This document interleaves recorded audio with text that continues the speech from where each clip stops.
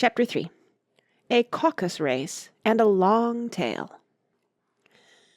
They were indeed a queer-looking party that assembled on the bank, the birds with draggled feathers, the animals with their fur clinging close to them, and all dripping wet, cross, and uncomfortable. The first question, of course, was how to get dry again.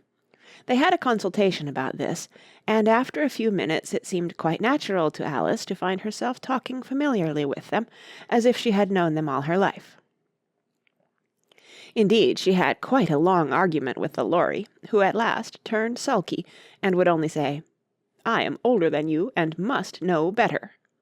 And this Alice would not allow without knowing how old it was, and, as the Lory positively refused to tell its age, there was no more to be said.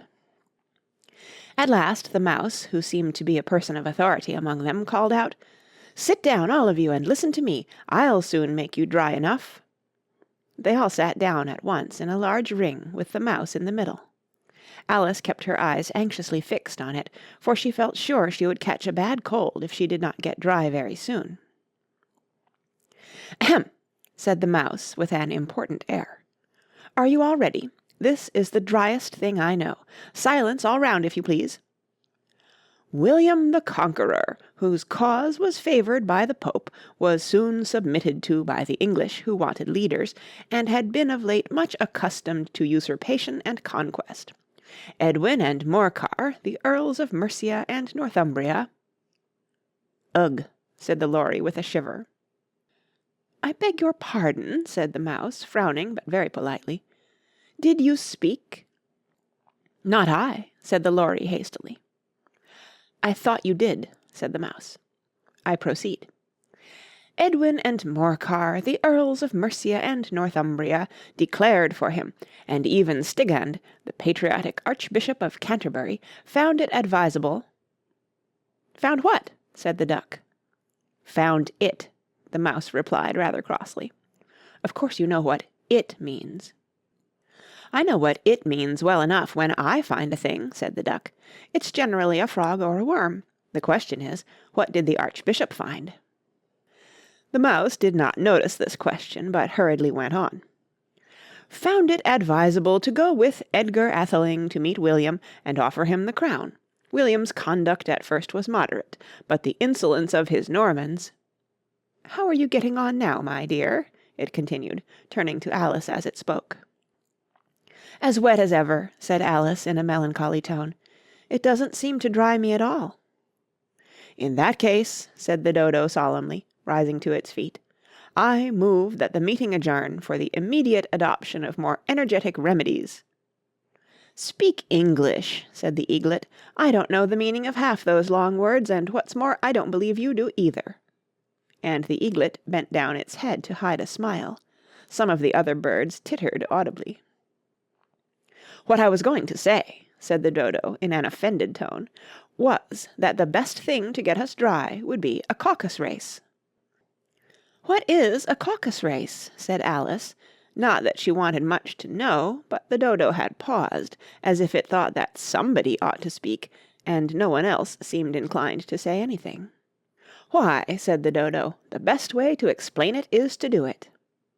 And, as you might like to try the thing yourself some winter day, I will tell you how the Dodo managed it. First it marked out a race course in a sort of circle. The exact shape doesn't matter, it said. And then all the party were placed along the course, here and there. There was no 1, 2, 3, and away, but they began running when they liked, and left off when they liked, so that it was not easy to know when the race was over. However, when they had been running half an hour or so, and were quite dry again, the Dodo suddenly called out, 'The race is over!' and they all crowded round it, panting, and asking, 'But who has won?' This question the Dodo could not answer without a great deal of thought, and it sat for a long time with one finger pressed upon its forehead, the position in which you usually see Shakespeare in the pictures of him, while the rest waited in silence. At last the Dodo said, 'Everybody has won, and all must have prizes.'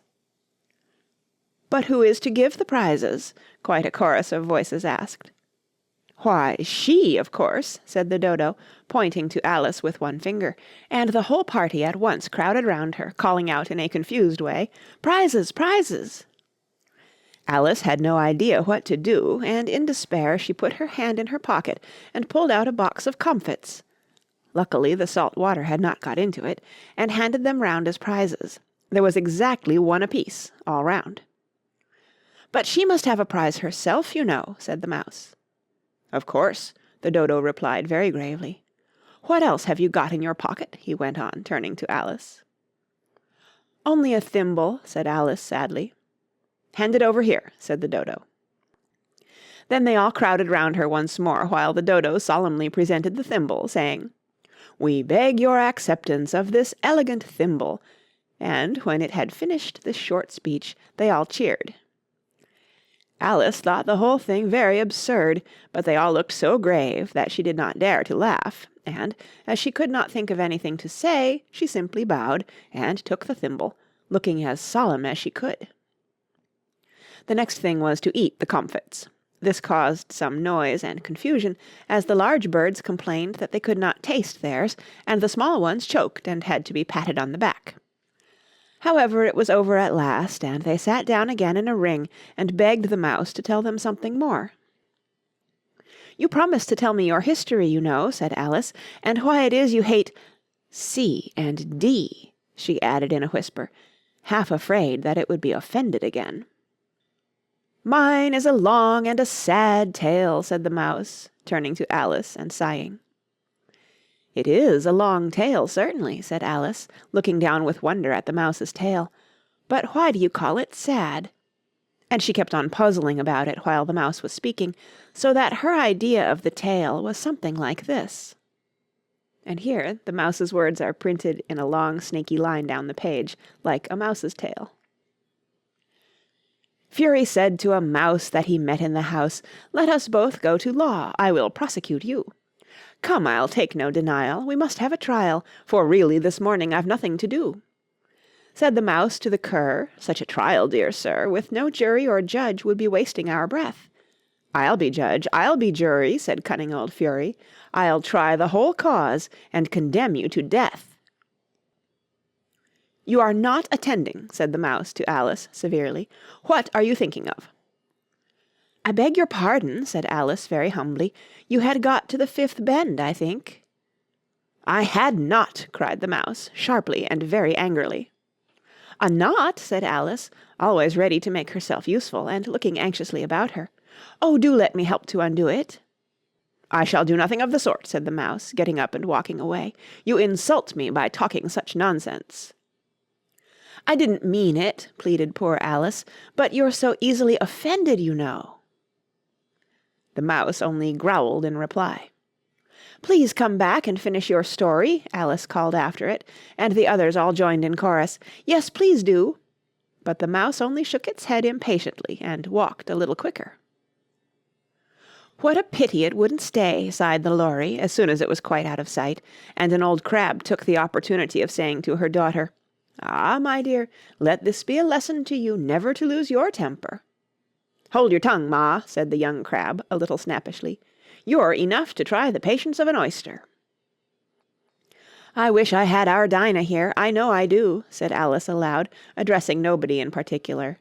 "She'd soon fetch it back." "And who is Dinah, if I might venture to ask the question?" said the Lory. Alice replied eagerly, for she was always ready to talk about her pet. "Dinah's our cat, and she's such a capital one for catching mice, you can't think. And, oh, I wish you could see her after the birds. Why, she'll eat a little bird as soon as look at it." This speech caused a remarkable sensation among the party. Some of the birds hurried off at once. One old magpie began wrapping itself up very carefully, remarking, "I really must be getting home. The night air doesn't suit my throat." And a canary called out in a trembling voice to its children, "Come away, my dears, it's high time you were all in bed." On various pretexts they all moved off, and Alice was soon left alone. "I wish I hadn't mentioned Dinah," she said to herself in a melancholy tone. Nobody seems to like her down here, and I'm sure she's the best cat in the world. Oh, my dear Dinah, I wonder if I shall ever see you any more." And here poor Alice began to cry again, for she felt very lonely and low-spirited. In a little while, however, she again heard a little pattering of footsteps in the distance, and she looked up eagerly, half hoping that the mouse had changed his mind, and was coming back to finish his story. End of chapter 3.